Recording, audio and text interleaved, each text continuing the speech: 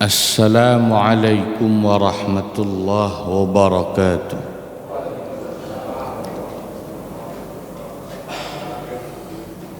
Bismillahirrahmanirrahim. Alhamdulillahi rabbil alamin.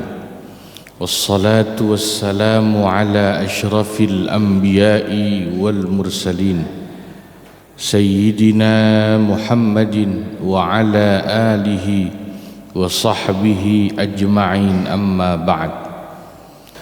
Alhamdulillah, pada kesempatan ba'da subuh ini kita bisa duduk bersama untuk mengikuti kajian tafsir tematik kita, yang insya Allah pada kesempatan ini kita akan membahas tentang tema baldatun tayyibatun wa rabbun ghafur dalam perspektif tafsir Al-Quran. InsyaAllah yang akan kita jadikan rujukan adalah mulai ayat 15, 16, 17 surat Saba. A'udzu billahi minasy syaithanir rajim. Bismillahirrahmanirrahim. Laqad kana li saba'in fi maskanihim ayah. Jannatani 'an yaminin wa shimal. Kulu min rizqi rabbikum washkuru lah. Baldatun tayyibatun wa rabbun ghafur. فأرسلنا عليهم سيل العرم وبدلناهم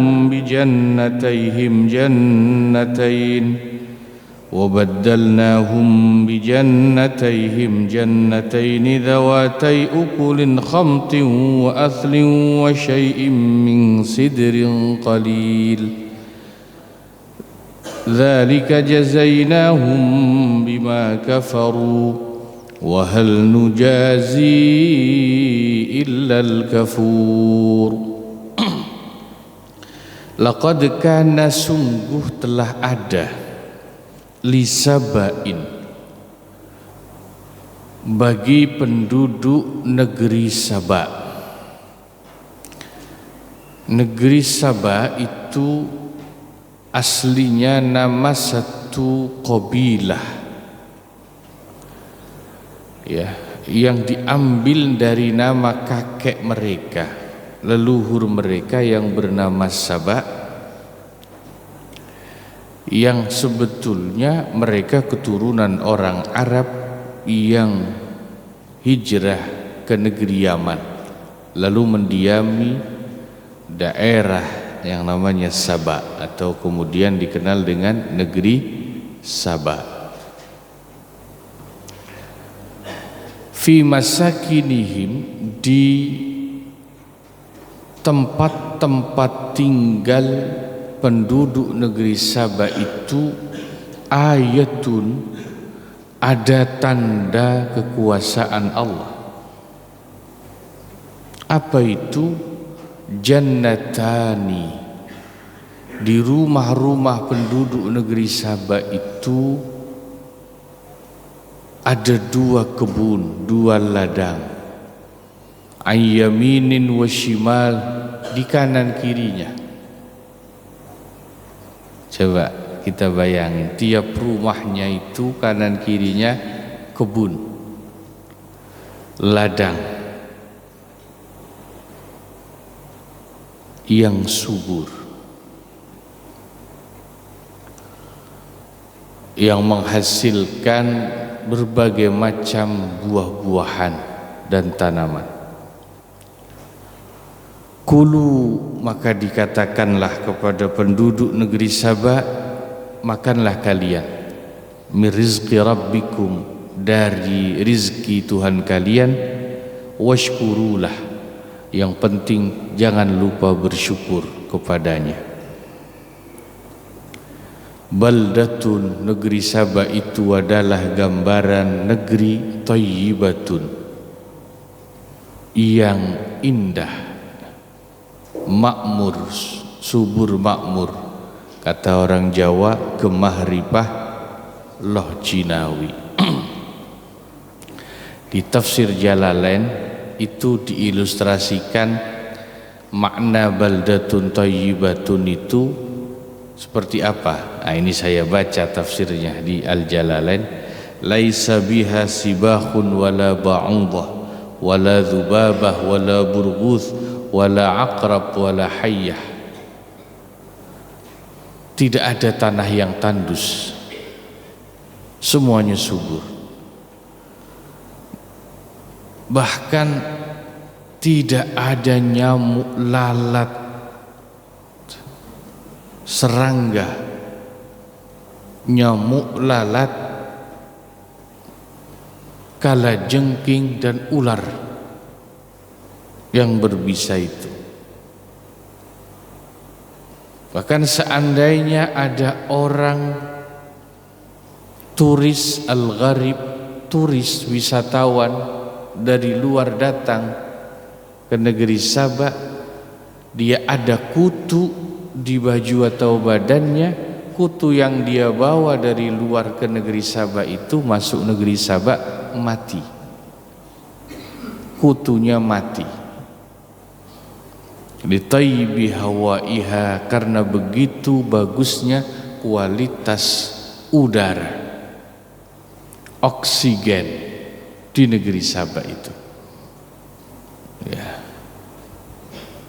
Masya Allah. Ini para ulama tafsir mencoba mengilustrasikan negeri Sabah yang disebut baldatun thayyibatun. Wa rabbun, sedangkan Allah sebagai Tuhan mereka Ghafur, Maha Pengampun.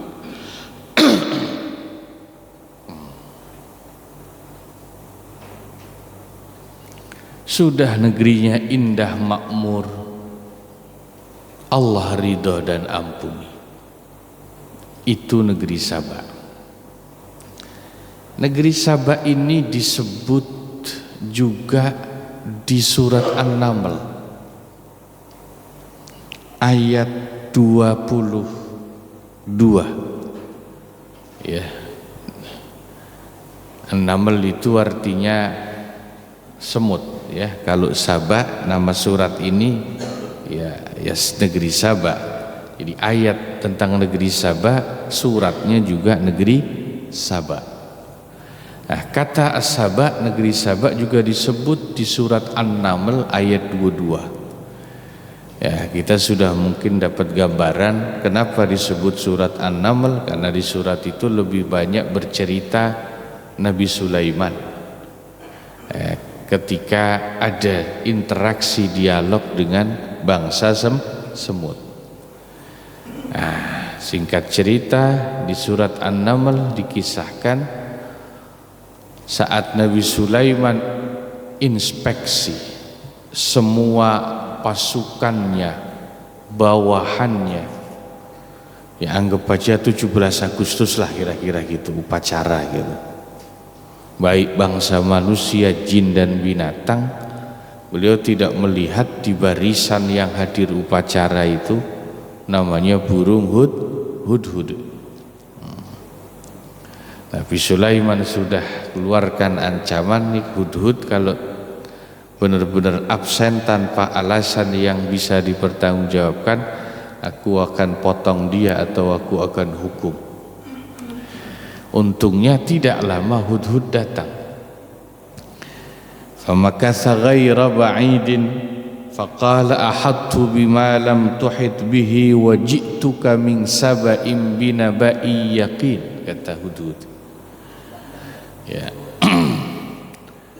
Nggak lama hudhud datang, hudhud lapor, mohon maaf wahai baginda Nabi Sulaiman, saya terlambat karena saya membawa berita yang Anda belum tahu, yakni berita yang sangat apa ya, kalau bahasa medsosnya A1 ya gitu.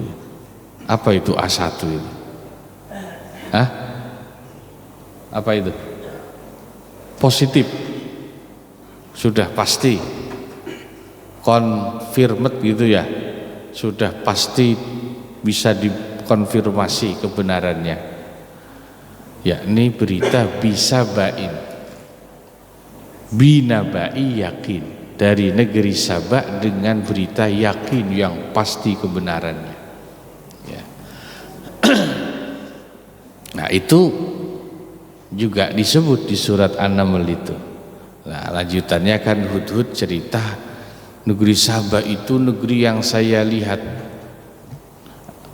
adalah negeri yang pemimpinnya ratunya itu perempuan, namanya Ratu Balqis atau Bilqis. Inni wajadtu imra'atan tamlikuhum wa utiyat min kulli syai'in wa laha arsyun azim. Tapi sayangnya mereka ratu dan penduduknya itu menyembah matahari, bukan menyembah Allah. Wajadtuha wa qaumaha yasjuduna lisyamsi min dunillah, dan seterusnya. Itu juga yang dimaksud negeri Saba yang kita bahas di surat ini. Di Yaman negeri Saba. Nabi Sulaiman saat itu kerajaannya ya di wilayah Palestina itu, yang sekarang Palestina itu, masuk wilayah Syam, Suriah, Palestina itu semua dulu wilayah kerajaan Nabi Sulaiman.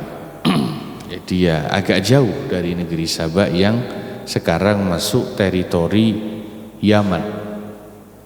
Ya. Tapi kalau dari ibu kota Yaman, San'a itu sekarang ya agak jauh Saba itu. Ya berapa ratus kilo dari San'a ibu kota Yaman sekarang kata ulama. Itu gambaran negeri Saba. Jadi memang sejak dulu sudah makmur, kaya ya, tanamannya subur, udaranya, oksigennya begitu sejuk dan indah, sehat. Tapi apa yang terjadi? Fa'aradu, mereka berpaling dari nikmat Allah, lupa syukur nikmat Allah dan kufur nikmat Allah. Fa'arsalna, maka kemudian kami kirimkan alaihim, kepada mereka penduduk negeri Saba itu, sailal arim, banjir yang berasal dari bendungan-bendungan air mereka. Jadi mereka memiliki bendungan-bendungan air untuk menyimpan air itu semuanya jebol. Jadi banjirnya itu berasal dari bendungan-bendungan air mereka.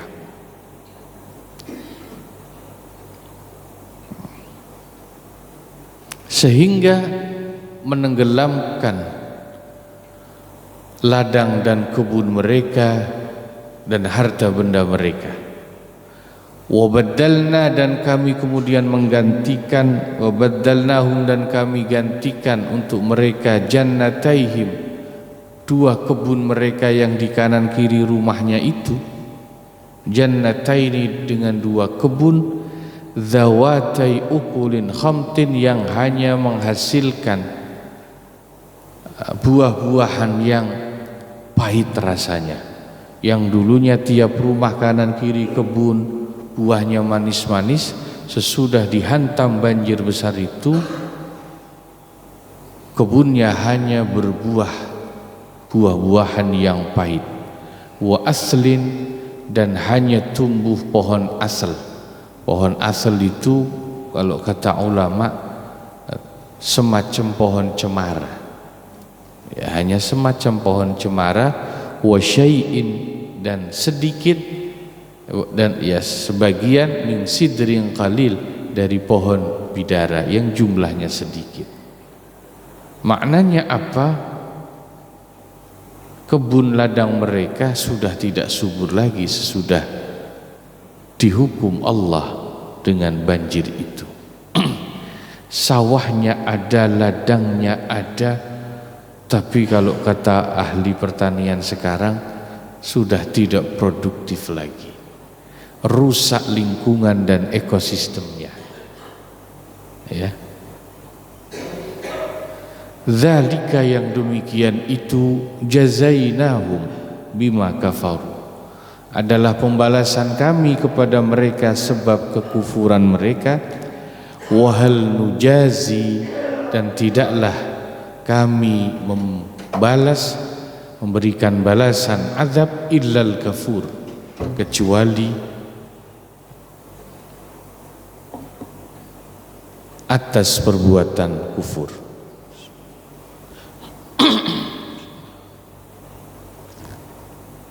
Alhamdulillah. Lah ini 3 ayat para jamaah.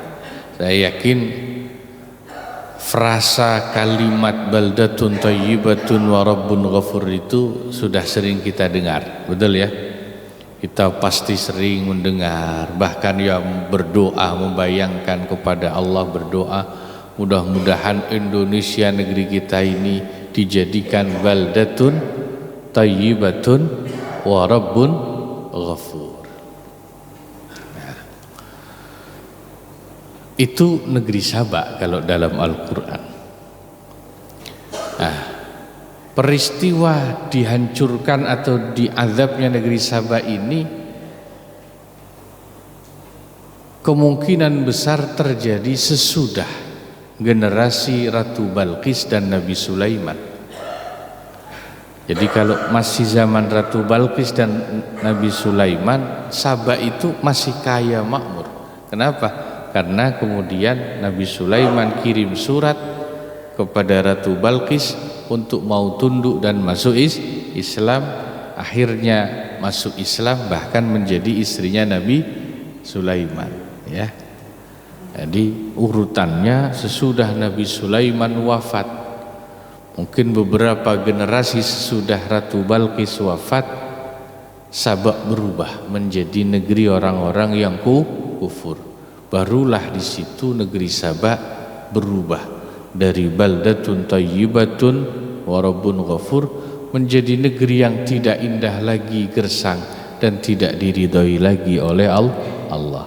Sebab kalau di surat Saba ini, kisah tentang negeri Saba ayat 15 ini, ayat-ayat sebelumnya ayat 13-14 itu menceritakan bagaimana kemudian Nabi Sulaiman meninggal saat sedang proses membangun masjid, atau kalau orang Yahudi Nasrani menyebutnya Temple of Solomon, kuil Sulaiman. Ketika belum selesai, Nabi Sulaiman sudah tua, mengawasi sendiri pembangunan Masjid Al-Aqsa itu ya, sambil berdiri di atas tongkatnya, sudah lanjut usia sebagai raja saat itu juga. Bangsa manusia, jin, binatang ikut bekerja membangun. Nabi Sulaiman wafat, diambil ruhnya oleh Allah, tapi tidak jatuh karena tertopang tongkatnya itu. Itu kan selama sekian puluh tahun itu, sehingga bangsa jin yang jadi bawahannya Nabi Sulaiman menganggap Nabi Sulaiman cuma merem saja, sehingga bangsa jin masih tetap kerja, menganggap Nabi Sulaiman saat itu hanya merem sambil berdiri. Mereka tidak berani meninggalkan pekerjaan. Sesudah sekian puluh tahun, lama-lama tongkat yang menopang Nabi Sulaiman berdiri itu dimakan rayap, rapuh, barulah jatuh Nabi Sulaiman. Ketahuan kalau ternyata sudah meninggal. Wataknya bangsa jin itu hanya setia kepada tuannya kalau tuannya masih hidup. Ketika sudah mati, kabur semua. Bangsa jin tidak tunduk lagi kepada Nabi Sulaiman. Nah, itu ada di ayat 14, ayat 13 dan sebelumnya, ya. Baru cerita surat Saba, negeri Saba ini. Jadi negeri Saba kemudian berubah itu ya sesudah Nabi Sulaiman wafat dan Ratu Balqis juga wafat. Generasi berikutnya mereka menjadi negeri yang kufur nikmat. Ya Allah. Saudara-saudara, pesan paling penting dari tafsir negeri Saba, baldatun thayyibatun wa rabbun ghafur, ini adalah pertama, negeri itu baru disebut baldatun thayyibatun, negeri yang makmur, satu kalau ekonominya bagus, kan gitu ya, sejahtera rakyatnya, plus wa rabbun ghafur, Allah ridha, Allah ampuni penduduknya karena mereka menjalankan hukum-hukum Allah. Ini dua parameter. Semakmur apapun secara ekonomi satu negeri, kalau mereka jauh dari ridha Allah, maka gambaran tentang negeri ideal, negeri impian itu tidak akan pernah tercapai. Ya, kalau kita googling dan cari data tentang mana saja negara dengan GDP tertinggi di dunia, income per kapitanya yang tinggi, kita mungkin akan mendapati Swiss itu salah satu negara dengan GDP tertinggi di Eropa. Ya, tidak kurang dari 700.000 US dollar income per kapitanya. Di rata-rata orang Swiss yang dewasa itu penghasilan per tahunnya berapa kalau 700.000 US itu? 13 miliar ya, kira-kira ya. Mungkin ya, salah satu tertinggi di Eropa. Apalagi kita tahu Swiss yang sering di share sebagai negeri paling indah di dunia ya, pegunungannya, pegunungan Alpennya dan macam-macam lah, indah sekali destinasi wisatanya. Tapi ternyata data mencatat Swiss adalah negeri dengan tingkat bunuh diri paling tinggi di Eropa. Nah, itu datanya begitu. Negerinya mungkin hebat, indah sekali, makmur, penghasilan per kapita masyarakatnya paling tinggi di Eropa, tapi tingkat bunuh dirinya paling tinggi. Duitnya banyak kok bunuh dirinya tinggi, itu gimana? Negaranya indah ya. Wong Jakarta yang UMR-nya kecil, tiap hari macet, polusi saja orangnya masih betah hidup kok ya. Kayak saya sampean enggak ya, berarti kan mereka lebih stres Pak, lebih stres. Bunuh diri kan penyebab utamanya stres yang tinggi. Jepang dan Singapura juga sama ternyata, dua negara di Asia dengan tingkat bunuh diri paling tinggi, padahal GDP mereka juga paling tinggi di Asia, Jepang dan Singapura. Berarti tingkat stresnya paling tinggi dong, tekanan kerjanya, pressure kerjanya. Orang stres itu biasanya karena pressure kerja. Tapi penyebab utamanya semua negara-negara tadi itu dengan tingkat bunuh diri paling tinggi, meskipun ditopang kemakmuran ekonomi yang kuat, kata kuncinya hanya satu, karena mereka tidak warabbun ghafur, bukan bangsa yang sesuai dengan hukum-hukum Allah. Jadi sebetulnya kebahagiaan mereka itu hanya indeks kebahagiaan yang diukur secara materialistis, bukan kebahagiaan yang holistik, bukan kebahagiaan yang sesungguhnya yang sampai menyentuh ranah ruhani dan jiwa mereka. Ya. Buktinya jangan jauh-jauh dah, Jepang aja sekarang angka kelahirannya paling rendah kan di Asia itu. Apa istilahnya itu yang sekarang viral itu? Mereka lagi free apa? Free child ya. Tidak pada mau punya anak. Tidak mau punya anak, jauh dari agama. Ya. Kenapa? Putus sudah. rohani, kejiwaan mereka karena tidak mengenal agama. Nah itu. Nah kita bicara baldatun thayyibatun wa rabbun ghafur. Kalau yang paling dekat tentu sekarang yang bisa kita jadikan role model adalah Madinah sebagai sebuah negeri yang dibangun oleh Rasulullah sallallahu alaihi wasallam. Nah, kalau negeri Sabak tentu sudah ya ribuan tahun, terlalu jauh jaraknya. Nah, di dunia ini sekarang role modelnya sulit kita dapat kita cari baldatun thayyibatun itu ya. Negara-negara Eropa yang gajinya tinggi seperti Denmark, Swedia katanya itu. Betul, di sana gajinya tinggi, Pak.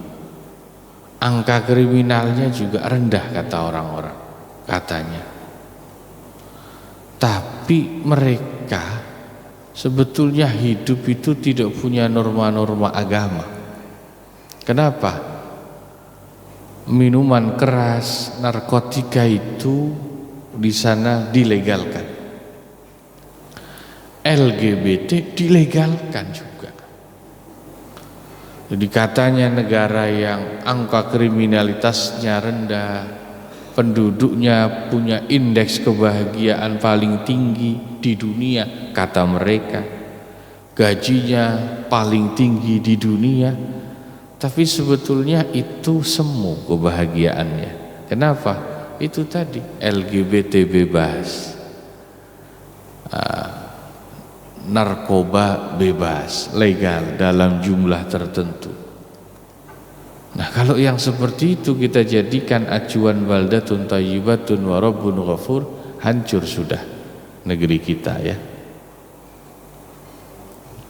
Maka yang paling dekat dengan kita ya untuk mencontoh baldatun thayyibatun itu Madinah yang dibangun oleh Rasulullah sallallahu alaihi wasallam.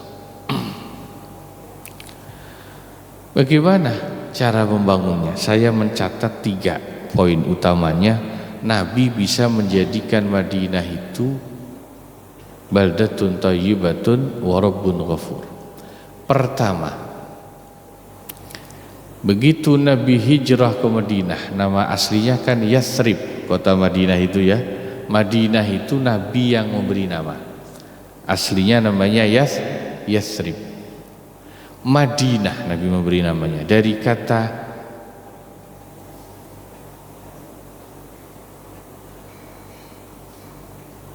madani ya.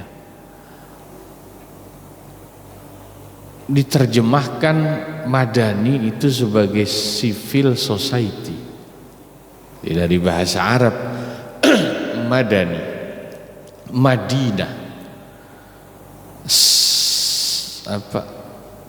kota, negara, bangsa di mana di situ civil society berdaya, hidup setara berdasarkan hukum-hukum aturan Allah.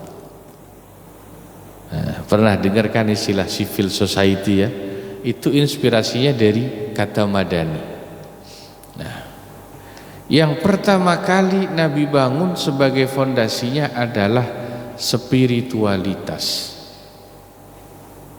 Maka begitu Nabi hijrah ke Madinah, yang pertama beliau bangun adalah masjid yang kita kenal dengan nama Masjid Quba. Itu masjid pertama ya.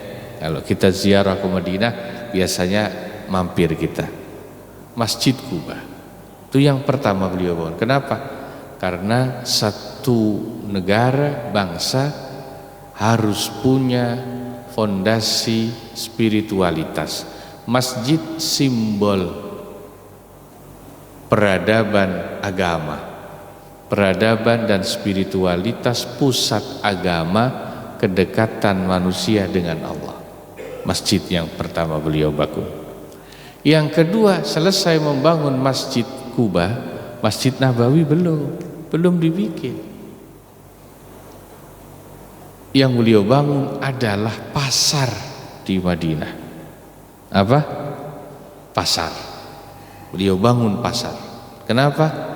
Ya, kalau negara ingin jadi bangsa itu bangsa yang baldatun thayyibatun, harus punya pusat ekonomi yang kuat. Pasar adalah simbol ekonomi.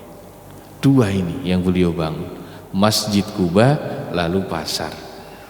Jadi antara agama, nafas keagamaan dengan ekonomi harus bersinergi. Tidak boleh cuman masjid yang diurusin terus-terusan, pasarnya lemah, tidak akan makmur.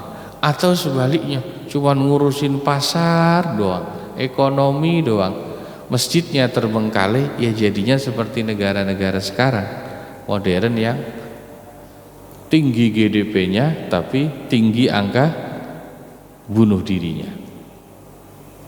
Bahkan yang menarik kalau kita baca, Madinah itu dulu adalah wilayah yang diisi para pedagang-pedagang culas, ekonom-ekonom jahat.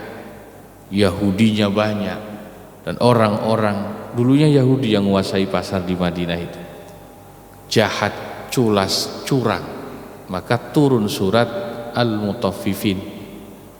Wailul lil mutaffifin, itu turun di Madinah surat itu. Kenapa? Dulunya para pedagang Madinah itu kalau dagang curang, timbangannya, takerannya dikurangi. Ya, turun surat Al-Mutaffifin, Nabi bacakan kepada penduduk Madinah, mereka semua takut, berubah. Jadi transformasi ekonomi syariah kalau bahasa kita nih. Ekonomi yang jujur itu ya Madinah. Bisa berubah total. Tidak hanya orang yang masuk Islam, ekonominya pun berubah menjadi ekonomi yang adil. Yang paling bahkan Nabi mendoakan kemudian sesudah turun surat Al-Mutaffifin, orang-orang Madinah kalau dagang jujur semua, gak ada yang berani curang sedikit pun, ramah semuanya. Nabi doakan, ya Allah berkahi Madinah ini, kailnya, takerannya, timbangannya, dagangannya berkah. Makanya orang Madinah dagangnya berkah karena mau mengamalkan hukum Allah, jujur. Yang menurut saya sangat legendaris itu kan cerita bagaimana sahabat Nabi namanya Abdurrahman bin Auf, ya, aslinya Muhajirin apa Ansor nih Abdurrahman bin Auf ini? Muhajirin. Dia itu udah kaya di Mekah itu, konglomerat. Tapi karena hijrah ikut Nabi, asetnya ditinggal semua di Mekah, gak bawa apa-apa, cuman dia baju yang nempel aja. Nah ini, disinilah kemudian yang ketiga, masjid sudah, pasar sebagai pusat nadi ekonomi sudah. Yang ketiga ini, Nabi mempersatukan semua penduduk Madinah, baik pendatangnya, muhajirinnya maupun lokalnya, ansornya, bahkan sahabat-sahabat yang berasal dari wilayah-wilayah yang lain.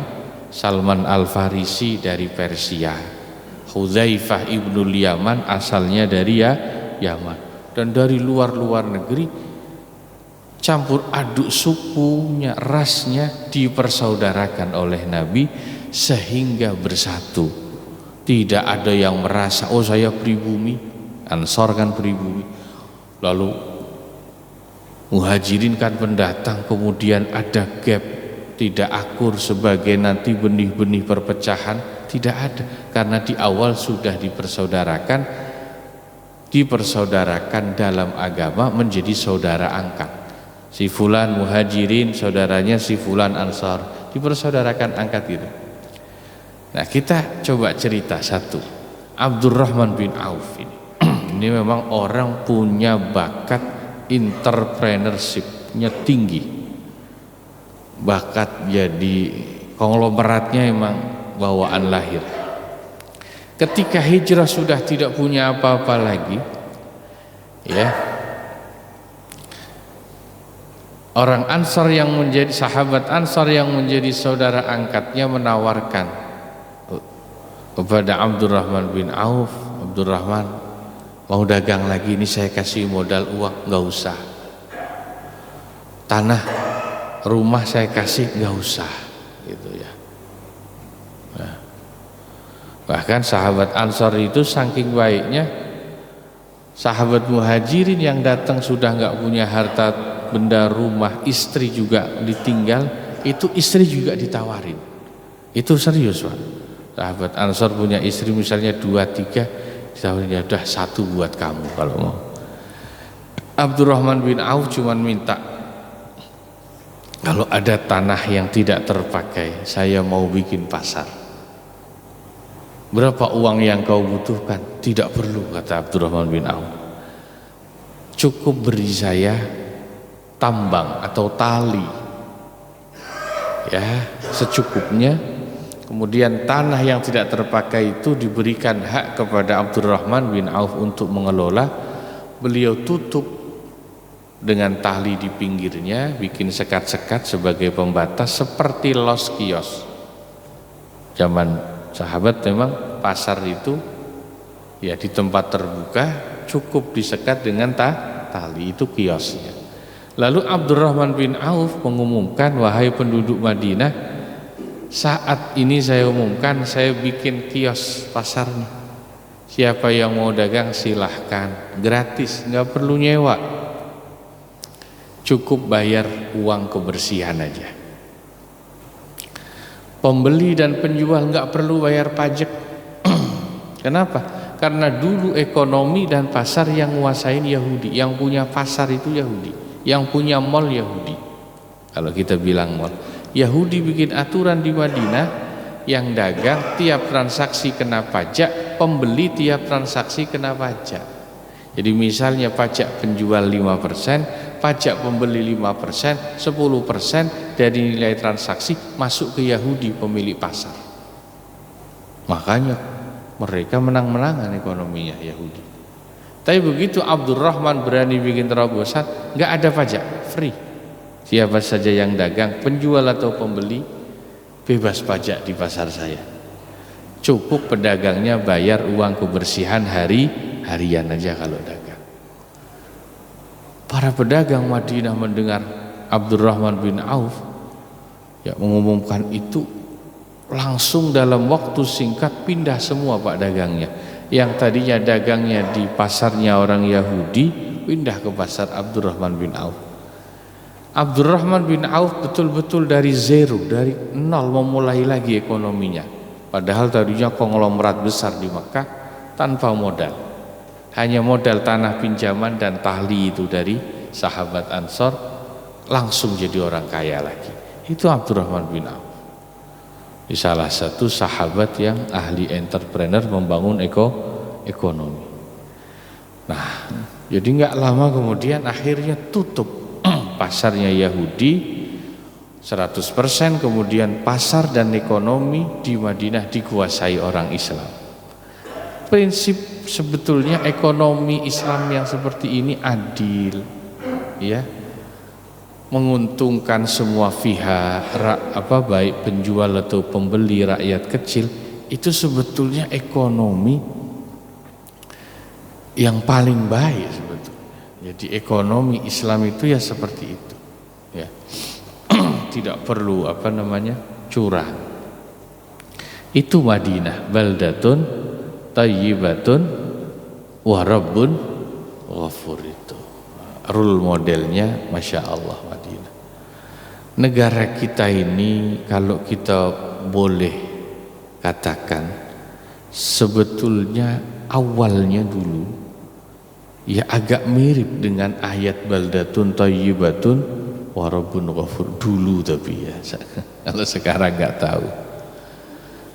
Semua ulama dari Timur Tengah hampir rata-rata kalau datang ke Indonesia berkunjung pasti memuji, melihat Indonesia, mengatakan hadhil baldah qit'atun minal jannah, negeri Indonesia ini bagaikan potongan surga.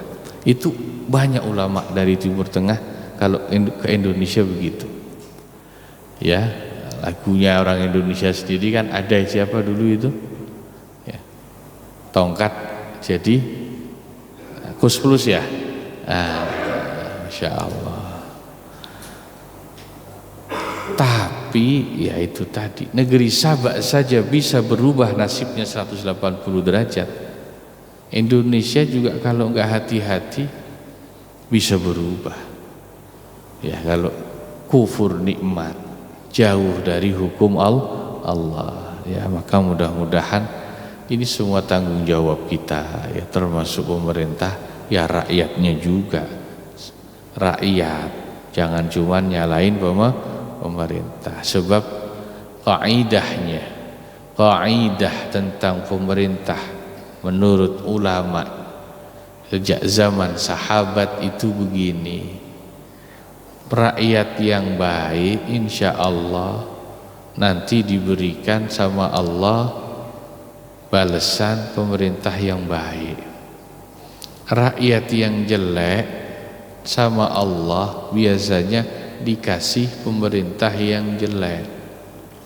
Itu kaidah ulama sejak zaman dulu.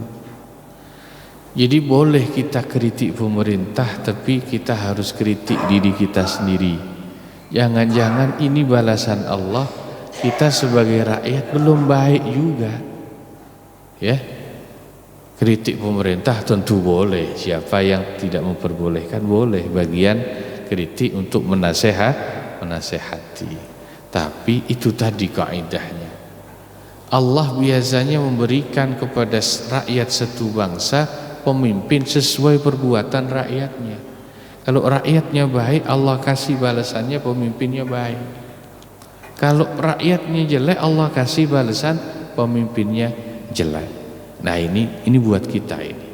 Nah untuk pemerintah ya tentu ada kritik kita juga. Para jamaah yang dimuliakan Allah, ini kajian tafsir tematik kita pagi hari ini tentang baldatun thayyibatun wa rabbun ghafur, ya. Wallahu a'lam bissawab wa ilaihil marji'u wal ma'ab. Semoga manfaat.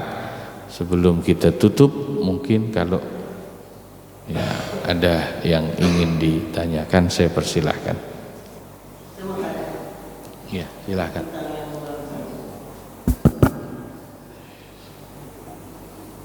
Assalamualaikum warahmatullahi wabarakatuh. Waalaikumsalam. Bapak mengatakan yang terakhir bahwa pemimpin yang nggak bagus karena rakyatnya nggak bagus. Padahal kami utus engkau ya Muhammad untuk memperbaiki akhlak manusia. Jadi akhlak manusia zaman Nabi Muhammad itu jelek, jahiliyah, diutuslah Nabi Muhammad untuk memperbaiki akhlak manusia. Jadi di sini yang penting pemimpinnya dulu, Pak, yang harus betul untuk memperbaiki akhlak rakyatnya. Terima kasih, Pak. Ya, pemimpinnya dulu betul, betul. Tapi kalau itu kan Nabi, ya kalau Nabi betul. Nah, tentu beda kasusnya dengan Nabi. Kalau Nabi tanggung jawab itu kebenaran mutlak, sumbernya ada pada Nabi. Jadi saya mau bicara beginilah ya. Di masa Nabi Muhammad SAW, masdarul haq, mauqiful haq, sumber kebenaran hanya satu, Nabi sendiri mutlak. Kebenaran itu hanya Nabi. Pemegang otoritas kebenaran hanya satu orang, Nabi, tidak ada orang lain. Sesudah Nabi wafat sampai hari kiamat, maka otoritas kebenaran tidak lagi dipegang satu orang. Zaman sahabat, semua sahabat memegang, makanya disebut ahlus sunnah wal jamaah. Kebenaran itu bersifat kolektif. Sama sampai sekarang begitu.